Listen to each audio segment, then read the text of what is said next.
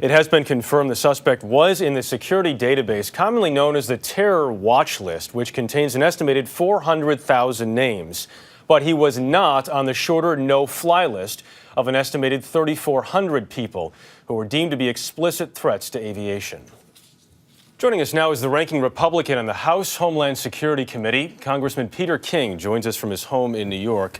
And Congressman, let me ask, if officials knew about this man, in some capacity at least, for at least 2 years, I know hindsight is 20/20, but is it fair to ask the question how he's able to get on a plane and how he's able to accomplish this?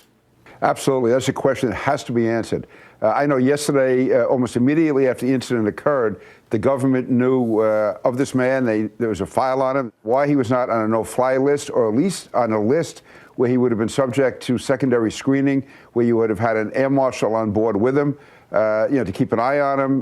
Why the authorities in Nigeria and Amsterdam were not alerted to him. For instance, he did not go through a full body scan in Amsterdam. Just last month, the State Department put his name into their database, and yet he was able to apparently go to the embassy in Nigeria and get a visa to come to the United States. Do you anticipate in the wake of this incident pushing to change the way screenings are done at airports or security in general is done at airports?